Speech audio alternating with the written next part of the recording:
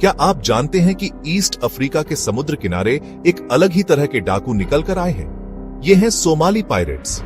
ये आपके टिपिकल आंख पर पट्टी वाले समुद्री डाकू नहीं है। ये लोग अक्सर मजबूर होते हैं, जिनको गरीबी और जंग से बर्बाद सोमालिया में कोई और रास्ता नहीं मिलता। उनकी कहानी है जीने की जद्दोजहद, लालच और एक फेल्ड स्टेट के अनजाने नतीजों की। सोमालिया कई दशकों से गृहयुद्ध और अस्थिरता से परेशान रहा है। इसने एक खालीपन पैदा किया है, एक खतरनाक जगह जहां कानूनहीनता फलती फूलती है।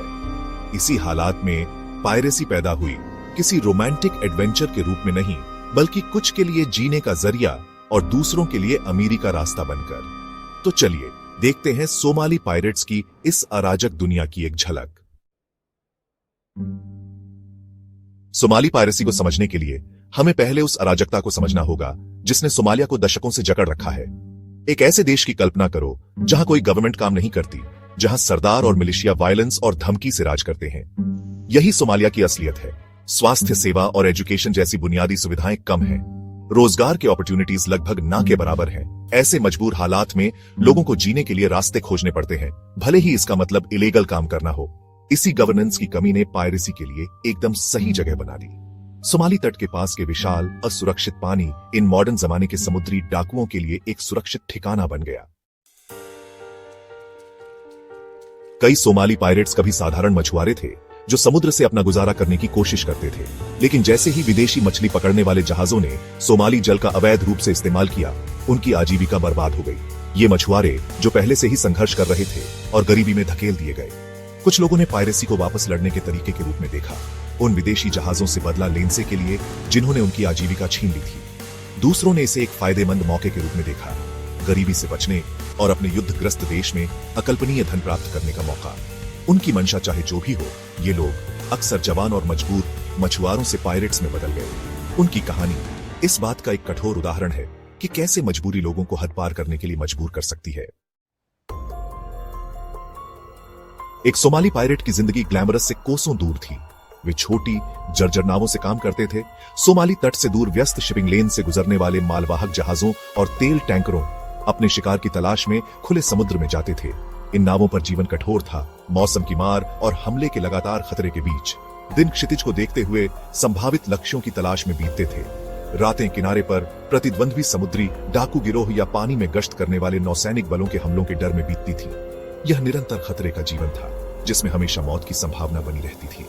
जोखिमों के बावजूद कई समुद्री डाकू बड़े मुनाफे के वादे पर अपनी जान जोखिम में डालने को तैयार थे। उनके दिमाग में संभावित इनाम खतरों से ज्यादा थे। इसी मजबूरी ने पायरेसी के चक्र को बढ़ावा दिया।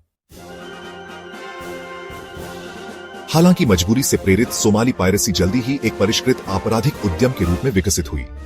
यह एक ऐसा उद्यम था जिसने स्थानीय मछुआरों को समुद्री लुटेरों में बदल दिया। यह एक साधारण बिजनेस मॉडल पर काम करता था, जहाजों को हाईजैक करना, बंधक बनाना और फिरौती मांगना। यह मॉडल इतना सफल था कि यह जल्दी ही एक उद्योग बन गया। अपने जहाजों और चालक दल को सुरक्षित करने के लिए उत्सुक शिपिंग कंपनियों द्वारा अक्सर लाखों डॉलर की फिरौती दी जाती थी। यह फिरौती कभी कभी इतनी बड़ी होती थी कि यह अंतरराष्ट्रीय सुर्खियों में आ जाती थी। यह पैसा वापस सोमालिया चला जाता था, न केवल समुद्री लुटेरों को बल्कि उनके समुदायों को भी अमीर बनाता था। यह पैसा स्थानीय अर्थव्यवस्था में एक महत्वपूर्ण भूमिका निभाने लगा। पायरेट के पैसे ने बुनियादी जरूरतों से लेकर विलासिता के सामान तक सब कुछ फंड किया। एक ऐसी अर्थव्यवस्था का निर्माण किया जहां अपराध का भुगतान होता दिख रहा था। यह एक विडंबना थी कि अपराध ने विकास को बढ़ावा दिया। नकदी की इस आमद का सोमालिया पर एक जटिल प्रभाव पड़ा।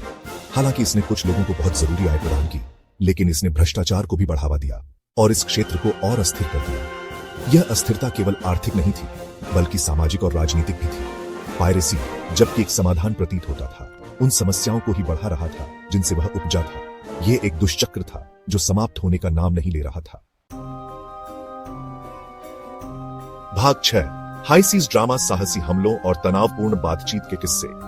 यह अध्याय आपको समुद्री डाकुओं की दुनिया में ले जाएगा, जहां हर पल रोमांच और खतरे से भरा होता है। सोमाली समुद्री लुटेरों ने अपने साहसी हमलों और बेशर्म रणनीति के लिए जल्दी ही कुख्याति प्राप्त कर ली। उनकी गतिविधियां समुद्र में आतंक का पर्याय बन गईं। वे अपनी छोटी नावों को अक्सर अंधेरे की आड़ में लॉन्च करते थे और बड़े मालवाहक जहाजों पर चढ़ जाते थे। चालक दल को बंधक बना लेते थे इन हमलों की योजना इतनी बारीकी से बनाई जाती थी कि बच निकलना लगभग असंभव हो जाता था। ये डकैती के साधारण कृत्य नहीं थे, वे सावधानीपूर्वक नियोजित ऑपरेशन थे। हर कदम को ध्यान से सोचा और अंजाम दिया जाता था, जिससे उनकी सफलता की संभावना बढ़ जाती थी। बंधकों और जहाजों की रिहाई के लिए बातचीत अक्सर तनावपूर्ण और लंबी होती थी, जिसमें अंतरराष्ट्रीय संगठन, राजनयिक और निजी सुरक्षा फर्म शामिल होते थे। ये वार्ताएं कभी-कभी हफ्तों या महीनों तक खींच जाती थीं। इन बातचीतों ने पायरेसी की जटिल गतिशीलता की एक झलक प्रदान की, जहां अपराधियों, वार्ताकारों और पीड़ितों के बीच की रेखाएं अक्सर धुंधली होती थीं। यह एक ऐसा खेल था जिसमें हर कोई अपनी चाल चलने की कोशिश करता था। साहसी पलायन, साहसी बचाव और दुखद नुकसान की कहानियां सोमाली समुद्री डाकू कथा का हिस्सा बन गईं। इन घटनाओं ने न केवल प्रभावित लोगों के जीवन को बदल दिया, बल्कि वैश्विक समुदाय को भी झकझोर कर रख दिया। इन वास्तविक जीवन के नाटकों ने दुनिया को मोहित कर लिया, इस समुद्री अपराध के उच्च दाम और मानवीय लागत पर प्रकाश डाला। यह एक ऐसी कहानी है जो साहस, संघर्ष और भाग 7 वैश्विक प्रभाव। दुनिया सोमाली पायरेसी पर ध्यान देती है। सोमाली पायरेसी, जो कभी एक क्षेत्रीय चिंता थी, जल्द ही एक वैश्विक संकट बन गई। यह संकट न केवल अफ्रीका के इस हिस्से को प्रभावित कर रहा था, बल्कि दुनिया भर के देशों को भी इसके परिणाम भुगतने पड़े। दुनिया ने अविश्वास में देखा, क्योंकि इन आधुनिक समय के समुद्री लुटेरों ने अंतरराष्ट्रीय शिपिंग को बंधक बना लिया था। जहाजों पर हमले बढ़ते गए और समुद्री मार्गों पर खतरा मंडराने लगा। वैश्विक व्यापार पर प्रभाव महत्वपूर्ण था। शिपिंग कंपनियों को जहाजों को फिर से रूट करने, लागत बढ़ाने और आपूर्ति श्रृंखलाओं को बाधित करने के लिए मजबूर होना पड़ा। व्यापारिक मार्गों। भाग 8 वापस लड़ना। पायरेसी पर अंकुश लगाने के अंतरराष्ट्रीय प्रयास। सोमाली पायरेसी के खिलाफ लड़ाई में एक बहुआयामी दृष्टिकोण शामिल था। नौसैनिक गश्ती दलों का उद्देश्य हमलों को रोकना था, जबकि निजी सुरक्षा फर्म्सों ने खतरनाक पानी से गुजरने वाले जहाजों के लिए सशस्त्र गार्ड प्रदान किए। जमीन पर पायरेसी के मूल कारणों, गरीबी और अस्थिरता को दूर करने पर ध्यान केंद्रित किया गया। अंतरराष्ट्रीय संगठनों और सरकारों ने सोमालिया में विकास परियोजनाओं में निवेश किया, जिसका उद्देश्य आर्थिक अवसर पैदा करना और पायरेसी के प्रलोभन में आने वालों को वैकल्पिक आजीविका प्रदान करना था। ये प्रयास, जबकि चुनौतीपूर्ण थे, पायरेसी के चक्र को बढ़ावा देने वाले अंतर्निहित मुद्दों को संबोधित करने में महत्वपूर्ण थे। जबकि हाल के वर्षों में पायरेसी में काफी गिरावट आई है, लड़ाई अभी खत्म नहीं हुई है। इसके लिए निरंतर प्रयास और सोमालिया के पुनर्निर्माण और उसके लोगों को आशा प्रदान करने के लिए दीर्घकालिक प्रतिबद्धता की आवश्यकता है। भाग 9 एक आशाजनक क्षितिज। सोमालिया के उज्जवल भविष्य की ओर देखना। सोमाली पायरेसी की कहानी एक जटिल कहानी है, हताशा, लालच और एक असफल राज्य के अनपेक्षित परिणामों की कहानी। जबकि पायरेसी ने दुख और अस्थिरता लाई, इसने सोमाली लोगों की दुर्दशा और अंतरराष्ट्रीय समर्थन की तत्काल आवश्यकता पर भी प्रकाश डाला। आज सोमालिया धीरे धीरे अपने अतीत के साये से उभर रहा है।